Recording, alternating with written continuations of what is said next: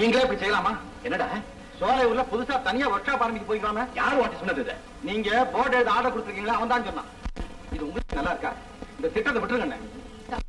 நல்லதோ கெட்டதோ உங்க அண்ணன் முடிவு பண்ணிட்டாங்க. மெஷின் எல்லாம் வாங்குறதுக்கு பணமும் கொடுத்து ஏற்பாடு பண்ணிட்டாங்க. இனி மாறவோ மாத்திக்கவோ முடியுமா? என்ன மிஷின் வாங்குறதுக்கு பணம் ஏது? சேட்டுக்கிட்ட 35,000 ரூபாய் கடை வாங்கினேன்.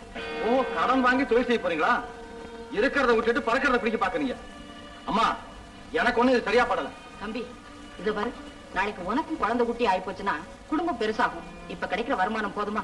நீ ஒரு பக்கம் சம்பாதி, அவன் ஒரு பக்கம் சம்பாதிக்கட்டும். அதுக்கு அந்த ஊர் தான் கிடைச்சதா? சுத்து வட்டாரத்திலேயே அது ஒண்ணுதான் பிஸியான டவுனு, கார் போக்குவரத்து அதிகம். அதனால தான்டா. அது சரிங்க. நீங்க தனியா போய் அங்க இருந்துட்டு சாப்பாட்டுக்கு என்ன பண்ணுவீங்க? அவங்க மட்டும் இல்லைங்க, அத்தையும் நானும் கூடத்தான் இருக்க போறோம். அம்மா மன்னிக்கணும் அத்தை, நான் இந்த வீட்டுக்குள்ள அடி எடுத்து வச்சு இன்னும் 1 மாசம் கூட ஆகல. அதுக்குள்ள நீங்க எல்லாம் வெளியே போயிட்டா புது மருமக வந்து புருஷனுக்கு சொல்லி கொடுத்து அம்மாவே அண்ணனையும் வீட்டை விட்டு வச்சுட்டான்னு ஊரார் சொல்ல மாட்டாங்க? ஊர் 1000 சொல்லும். அதெல்லாம் கேட்டா நம்ம வாழ முடியாது. நமக்குள்ள தகராறு இருக்கா? இல்லையே. ஏமா, நீங்களும் இதுக்கு சமைச்சிட்டீங்களா? நல்ல காரியம் தானப்பா. முதல்ல புதுசா தொழில் தொடங்குறான். ஏதோ நானும் அவன் கூட இருக்கணும்னு ஆசைப்படுறான். அதனால என்ன? எனக்கு தெரியுமா, அவங்க மூத்த மகன் இருக்கிற இடத்துல தான் நீங்க இருப்பீங்க. ஏன்டா அப்படி சொல்ற? நான் நெஸ்மிக்கா போறேன். இத பக்கத்துலதான். நானும் வந்து உங்களை அடிக்கடி பாத்துக்குவேன். நீயும் வந்து என்னை பாத்துக்கலாம். சரி விடுங்க, முடிஞ்சு போச்சு. தம்பி, நான் புதுசா ஆரம்பிக்க போற ஒர்க் ஷாப்க்கு என்ன பேர் தெரியுமா? அம்மா பேர் தானே வச்சிருக்கீங்க? இல்ல, என் பேரை வச்சிருக்கிறேன். வந்து அதெல்லாம் கேட்கக்கூடாது. வீட்டோட தான் இருக்க மாட்டேங்க. வீட்டுக்கு வந்து டிஃபன் கூட சாப்பிடக்கூடாது. அந்த கொஞ்ச நேரத்தையாவது என் பொண்ணு கிட்ட 4 வார்த்தை பேசுகிறேன். ஆமாப்பா, புறப்படுங்க. சாப்பிடுங்க.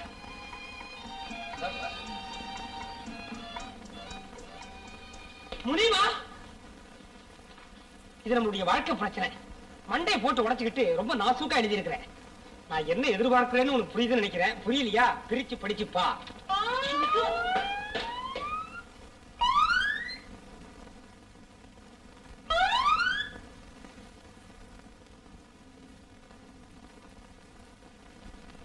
என்ன பண்ற? தண்ணி பண்ணாரா? மாமா, ஒர்க் ஷாப்க்கு வாங்க வேண்டிய சாமான் லிஸ்ட் அப்புறம் பாத்துலாம். முதல்ல சாப்பிடு.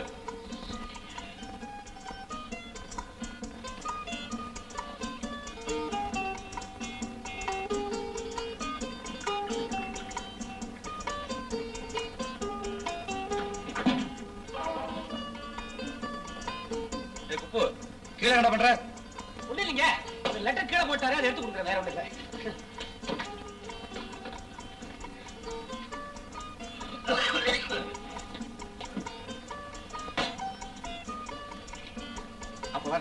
என்ன மாப்பிள்ள அதுக்குள்ள பரப்பிட்டீங்க?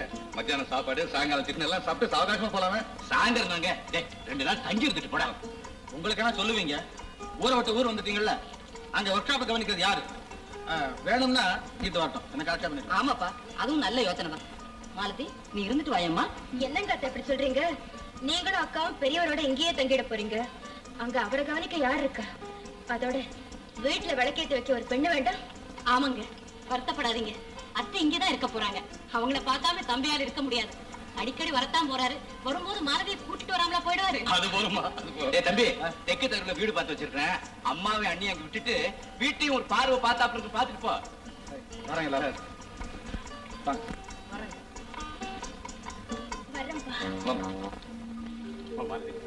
மாப்பிள்ளை வரும்போதெல்லாம் அவசியம் நீயும் வரணும்.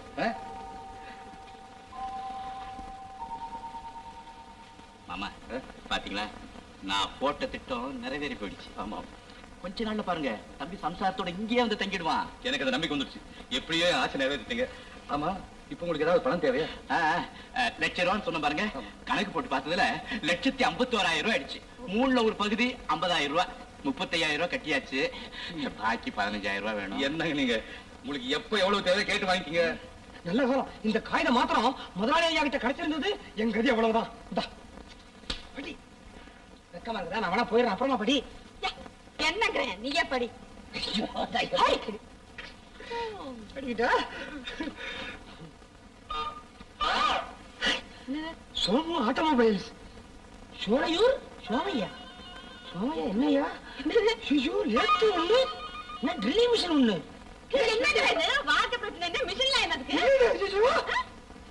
இதுல 15,000 இருக்கு, எடுத்துங்க. ரொம்ப நன்றிங்க.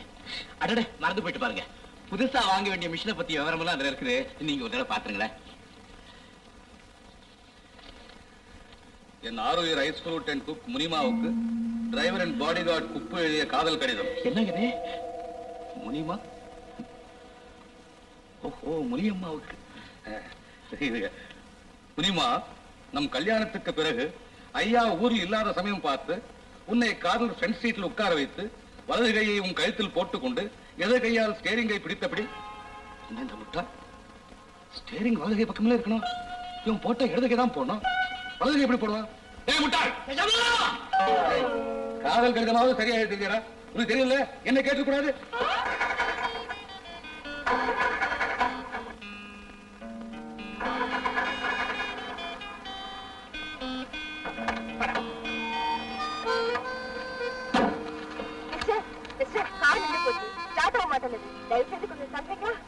அப்படியா? முதல்ல கார் என்ன ரிப்பேர் பாரு.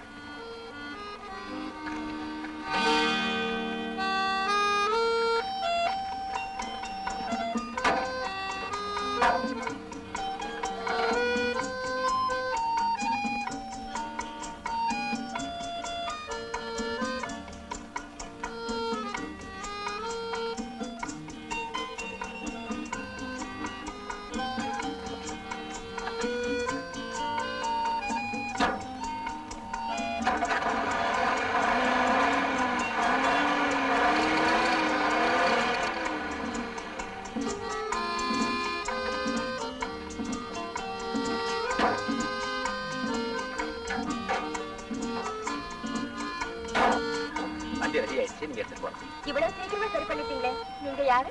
நான் மெக்கானிக், சோமு ஆட்டோமொபைல்ஸ்னு இன்னைக்குதான் புதுசா ஒரு ஒர்க் ஷாப் ஆரம்பிச்சோம். பண்ணையார் தர்மலிங்கம் உங்களுக்கு தெரியுங்களா? ஓ, என்ன தெரியுமே, அவர்தான் பெரிய பணக்காரராச்சு. அவர் பொண்ணத்தான் எங்க தம்பி கட்டியிருக்கான். ஓஹோ, உங்க பேரு? என் பேரு சோமு. என் பேர் லலிதா. கணேஷ்புரம் அம்மன் கோயில் தெரு 4ஆம் நம்பர் வீடு. இப்ப நீங்க எங்க போறீங்க? டவுனுக்கு போயிட்டு இருக்கேன். கார்ல உட்காருங்க, நான் கொண்டு ஐயோ வேண்டாங்க. எனக்கு ஒண்ணும் சிரமம் இல்ல. பரவாயில்லைங்க, நீங்க போங்க. நீங்க செய்த உதவி என்னால மறக்கவே முடியாது. இதுல அட்ரஸ் இருக்கு, அந்த பக்கம் வரும்போது கண்டிப்பா எங்க வீட்டுக்கு வரலாம். என்ன?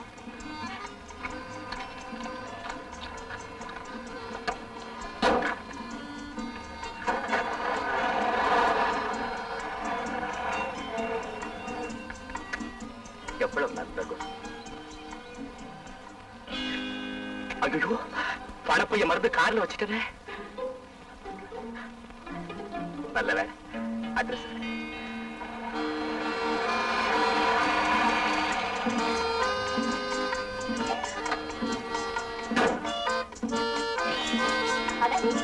மறந்துட்டு போயிட்டாரு.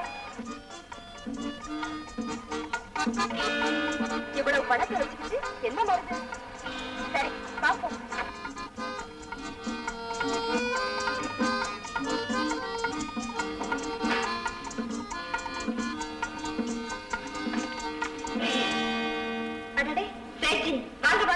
நம்ம வாங்க மாசம் பணம் கட்டுறேன்னு 5000 ரூபாய் அட்வான்ஸ் பண்ணி ஹையர் பர்ச்சேஸ் மேல கார் வாங்கி வந்தாங்க. இன்னும் 10,000 ரூபாய் பாக்கி இருக்கு. இப்போ தராங்க, அப்போ தராங்க, எப்போ தராங்கன்னு ஏமாத்திட்டு வராங்க. இல்ல சேட்ஜி, இப்ப கையில பணம் இல்ல. போய் சொல்றாங்க. பையில இருக்கிற பணம் நம்ம கண்மேலே பார்த்தாங்க. இப்ப பணம் கொடுத்துருங்க, இல்ல காரை எடுத்துட்டு போறாங்க. சேட்ஜி இருங்க, கார் போனா அதோட என் மானமும் போயிடும். உங்களுக்கு மானம் வேணும், எனக்கு பணம் தான் வேணும். இல்ல சேட்ஜி இருங்க, இது ஏன் பணம் இல்ல, எனக்கு உதவி செய்த ஒருத்தருடைய பணம். எடுக்காதீங்க, தயவு செய்து எடுக்காதீங்க. பரவாயில்ல. என்னங்க, உங்க பணத்தை என் பணம் நினைச்சுக்கிட்டு கேட்கறாருங்க சேட்டு. சேட், பைய எப்படி கொடுங்க. உங்களுக்கு எவ்வளவு பணம் கொடுக்கணும்? 10,000 ரூபாய். 10,000. என்னங்க வேண்டாங்க. என்னமா நீங்க சாப் கொடுக்காம வேண்டாம் சொல்றாங்க. அட டேஞ்சர் இருக்குது. இத உங்களுக்கு லோன் அக்ரிமெண்ட் பாரம் இருக்குது, இத வச்சுக்கோ, நம்ம வராங்க.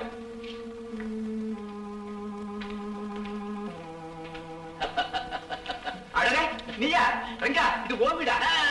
நம்ம வீடு. என்னங்க இவர் நம்ம எல்லாம் பாத்துக்கிட்டு தான். நல்ல சமயத்துல இவர் பணம் உன் மானத்தை காப்பாத்துச்சு. நடினா இவருக்கு நாம, அதுலயும் குறிப்பா நீ ரொம்ப கடமைப்பட்டு இருக்க. என்ன பாருங்க, இத போய் பெருசா பேசுற. ஒரு பெண்ணுங்கிறதுனால என் மனசு கேட்கல, அவ்வளவுதான். அப்படின்னு உங்க பணம் ஒண்ணும் அவசரம் இல்ல, மெதுவா கொடுக்கலாம். ரங்கா, நான் வரட்டுமா? அம்மா, நான் வரேன்.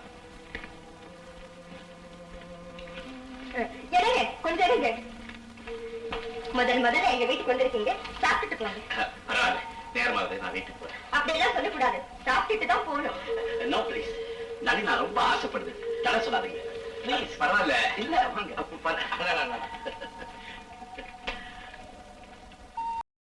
இன்னும் பல வீடியோக்களை காண சன் லைஃப் சேனலை சப்ஸ்கிரைப் பண்ணுங்க.